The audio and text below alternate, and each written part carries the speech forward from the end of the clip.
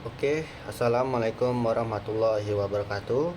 Perkenalkan, nama saya Adrian DVR. Saya dari manajemen kelas R004. Halo semuanya.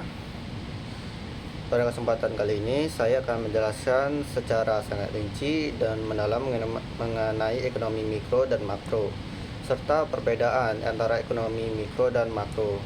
Materi ini merupakan materi dasar ilmu ekonomi yang sangat penting untuk dipahami karena berkaitan langsung dengan kehidupan sehari-hari dan kondisi suatu negara. Ilmu ekonomi pada dasarnya mempelajari bagaimana manusia dan masyarakat mengelola sumber daya yang terbatas untuk memenuhi kebutuhan yang tidak terbatas.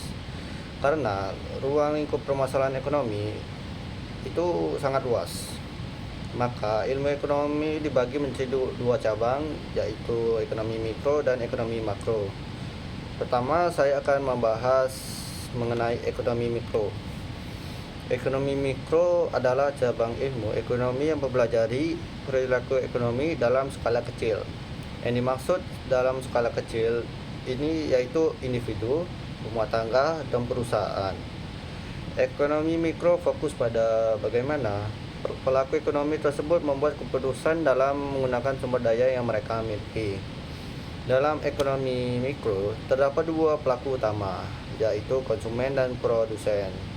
Konsumen adalah pihak yang menggunakan barang dan jasa untuk memenuhi kebutuhannya, sedangkan produsen adalah pihak yang menghasilkan barang dan jasa untuk dijual kepada konsumen. Ekonomi mikro mencoba menjawab berbagai pertanyaan penting, seperti mengapa seseorang membeli barang tertentu dan tidak membeli barang lainnya. Mengapa harga suatu barang bisa berbeda di setiap tempat? Bagaimana perusahaan menentukan harga jual produknya? Bagaimana perusahaan memutuskan jumlah produksi agar memperoleh keuntungan maksimal? Salah satu konsep utama dalam ekonomi mikro adalah permintaan dan penawaran. Permintaan adalah jumlah barang dan jasa yang ingin dan mampu dibeli oleh konsumen pada berbagai tingkat harga dalam periode tertentu.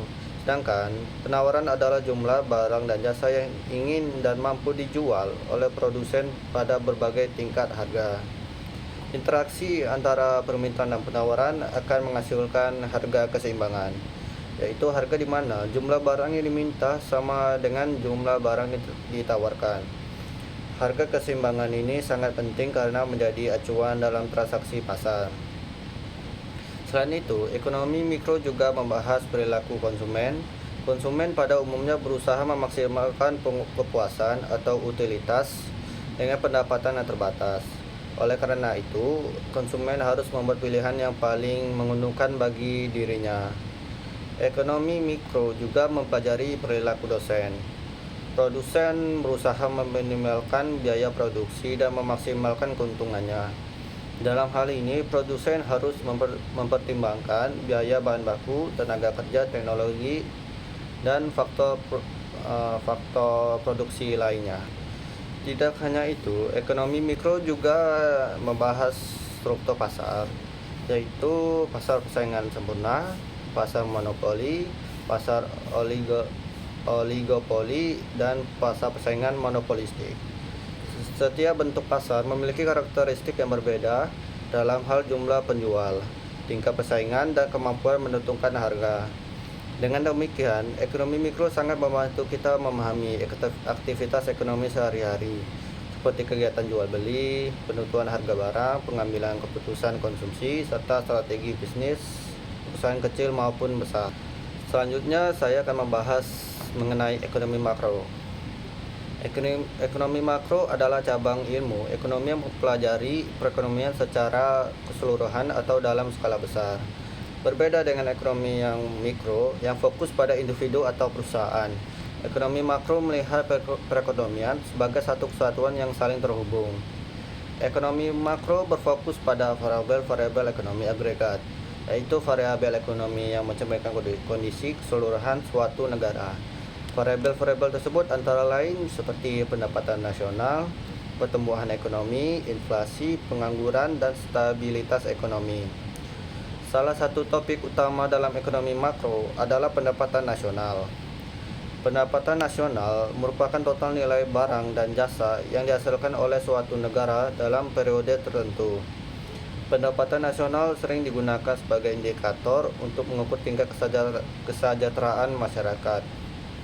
Selain itu, ekonomi makro juga membahas inflasi, yaitu kenaikan harga barang dan jasa secara umum dan terus-menerus.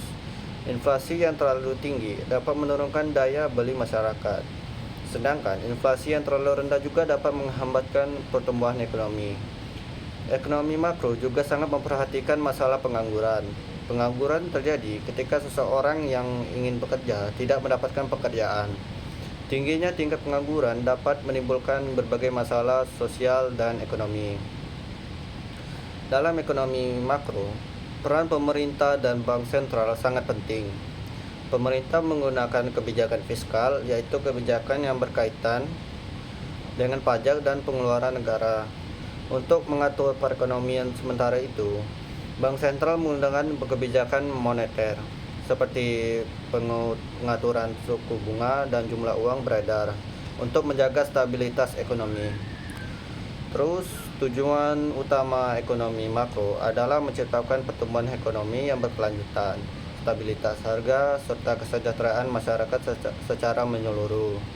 Oleh karena itu, ekonomi makro menjadi dasar dalam penyusunan kebijakan ekonomi nasional.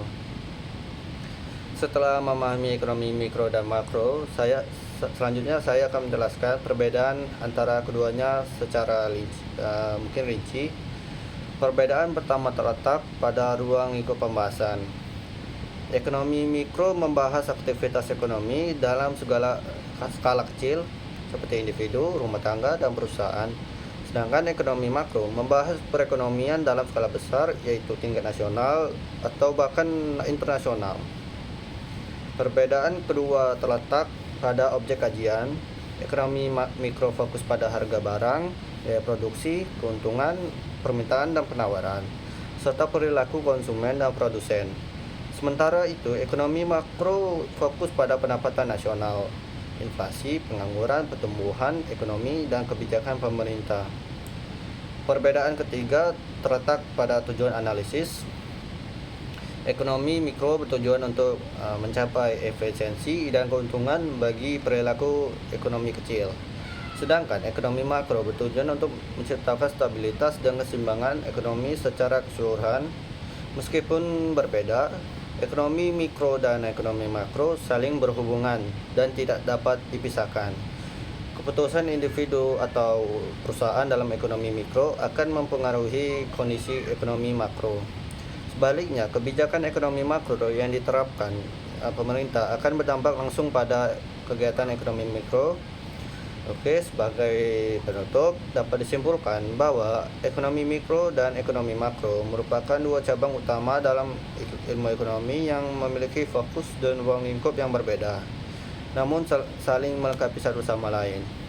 Ekonomi mikro membantu kita memahami bagaimana individu dan perusahaan mengambil keputusan ekonomi dalam kehidupan sehari-hari. Sementara itu, ekonomi makro membantu kita memahami bagaimana perekonomian suatu negara berjalan dan bagaimana kebijakan pemerintah memengaruhi kesejahteraan masyarakat.